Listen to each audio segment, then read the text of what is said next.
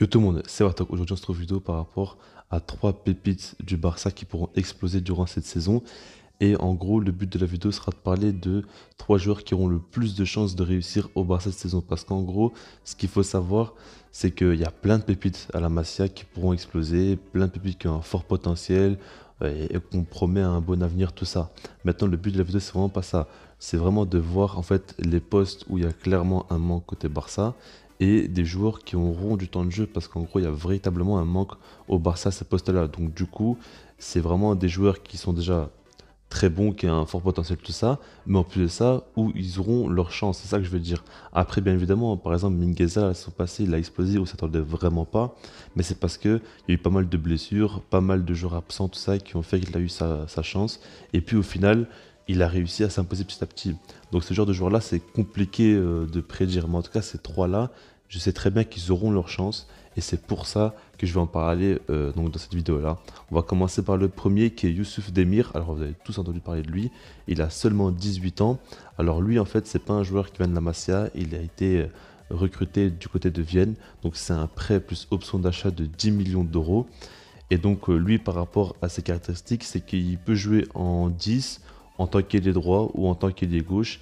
Et après ce qu'il faut savoir aussi c'est qu'il fait 1m73 donc assez petit.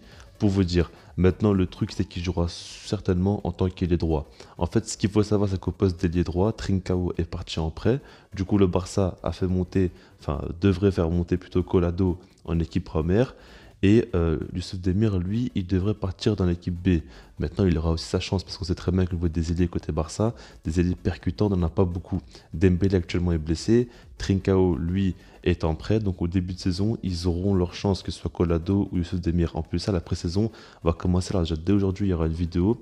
Enfin, il y aura en tout cas un match, je ne sais pas si je ferai une vidéo, mais en tout cas voilà. Maintenant pour revenir au joueur, c'est un joueur qui est très petit, très agile, très technique et qui peut clairement faire la différence. En plus de ça, ce qu'il faut savoir, c'est qu'au niveau des premiers entraînements, on a déjà vu Ronald Koeman qui est fortement impressionné par lui. Il y a eu des infos qui sont tombées comme quoi il est vraiment limite tombé amoureux du joueur. En tout cas, ce qu'il faut dire, c'est qu'il le considère comme un possible Pedri 2.0. Je pense que vous avez déjà vu cette déclaration quelque part, tout ça.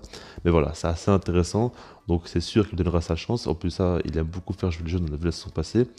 Mais on verra bien. En tout cas, ce qu'il faut dire, c'est que ce joueur-là a un petit truc en plus. Ça, on le sait, parce que certes, c'est un joueur, comme on en a déjà vu pas mal, hein, des joueurs petits, techniques, rapides, tout ça, ok. Mais je trouve ce qu'il a en plus, c'est qu'il a beaucoup de force dans les jambes. Et c'est un joueur déjà qui tombe difficilement. Et en plus, ça, il a une qualité de frappe assez intéressante. Il peut vraiment frapper très fort, tout ça. Et ça ressemble pas du tout à son profil. Normalement, ce genre de profil, ça dribble, ça élimine. Mais après, voilà, ça arrive pas à terminer les occasions. Lui, il a ce petit truc-là en plus. Donc, c'est pas non plus un grand finisseur ou quoi. Mais en tout cas, c'est un joueur qui tient bien sur ses jambes et qui peut essayer de faire le bon geste au bon moment. Après, bien évidemment, toutes les pépites, c'est toujours la même chose. Il faut l'aspect mental, il faut le prendre en compte. Est-ce qu'il va pas avoir trop de pression sur lui? Est-ce qu'il va savoir supporter ça? Est-ce qu'il sera déjà prêt? Ça, on ne le sait pas, mais en tout cas, le potentiel, il l'a. Et pour moi, franchement, c'est un joueur à surveiller de très près. Maintenant, on va passer à Alex Collado. Alors, lui, normalement, il devrait avoir encore plus de temps de jeu. Mais en fait, la pré-saison, elle sera ultra importante par rapport aux matchs donc, qui auront lieu, les matchs amicaux, tout ça. Les deux auront leur chance et le joueur qui prouvera le plus devrait limite commencer titulaire en attaque, à part si Ronald Koeman le fait une attaque à deux. Donc ce sera ultra important. On verra bien qui gagnera sa place. Mais en tout cas, Collado, lui, ce qu'il faut savoir, c'est qu'il a quand même 22 ans. Il est plus non plus aussi jeune que ça, même s'il reste encore très jeune, hein. Mais voilà, pour un joueur qui a pas encore réussi à l'équipe première. Et donc lui, c'est un ailier droit pur. Après, il peut aussi jouer en tant que numéro 10 ou en tant qu'ailier gauche. Maintenant, voilà. Il vient surtout pour remplacer Trincao dans l'effectif. Il fait 1m77. Et après, lui aussi, c'est pas un joueur très frêle ou quoi. Il a quand même un certain physique. Maintenant, c'est pas sa force, bien évidemment. Lui, sa grande force, c'est sa qualité technique. C'est vraiment un joueur super fort techniquement qui peut faire la différence. Et c'est un joueur, en fait, qui aime beaucoup recevoir la balle. Il la demande constamment. Il veut toujours faire des différences et tout ça. Bonne qualité de passe, bonne vision de jeu. Il est assez intelligent quand même sur le terrain. Et voilà, quoi, c'est vraiment son profil. Après, ce qu'il faut dire avec Colado, c'est que, comme je le dis, il aura sa chance, hein, parce qu'il va remplacer Trincao. Donc, on verra bien ce qu'il va donner. Est-ce qu'il est vraiment prêt ou non? Ça, on ne sait pas encore une fois. Maintenant, vraiment, c'est un joueur très intéressant parce qu'en plus de ça, il a plusieurs fois porté le brassard de capitaine, donc avec les jeunes de la Masia au Barça. Donc voilà, c'est un joueur quand même qui a du caractère. Donc j'ai hâte de voir ce que ça va donner quand il jouera pour l'équipe première. Ensuite, pour terminer, on a Alejandro Balde. Donc lui, il a seulement 17 ans. C'est un latéral gauche et il mesure 1,75 m. Donc lui, je pense que vous avez déjà vu beaucoup des vidéos sur lui ou quoi, parce qu'il y a beaucoup de gens qui en parlent et beaucoup qui veulent le voir en équipe première.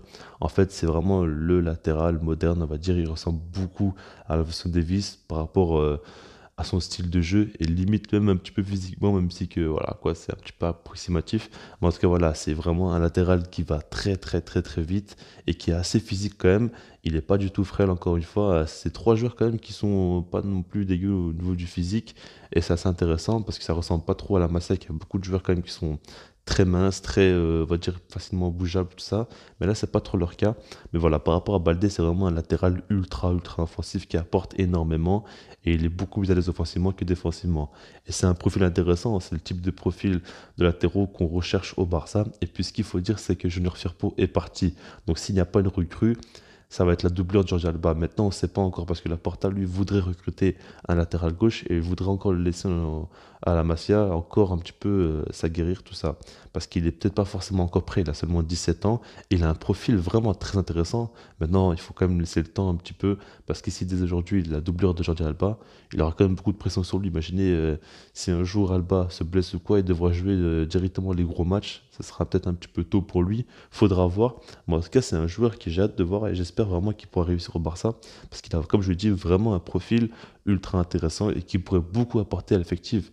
Et en fait, c'est comme Youssouf Demir. En fait, Demir et Baldé sont deux profils que jusqu'à présent, on n'a pas d'autres joueurs comme eux dans l'effectif. Colado encore, on en a.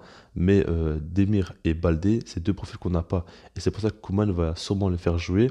En plus de ça, il y a, comme la saison passée avec Moriba, c'est un profil qu'on n'a pas. Donc du coup, il a beaucoup fait jouer. Et je pense qu'il aime beaucoup avoir plusieurs profils différents. Et c'est pour ça que pour moi, ces trois joueurs-là auront quand même du temps de jeu et auront leur chance pour réussir dans l'équipe première. Mais en tout cas, voilà.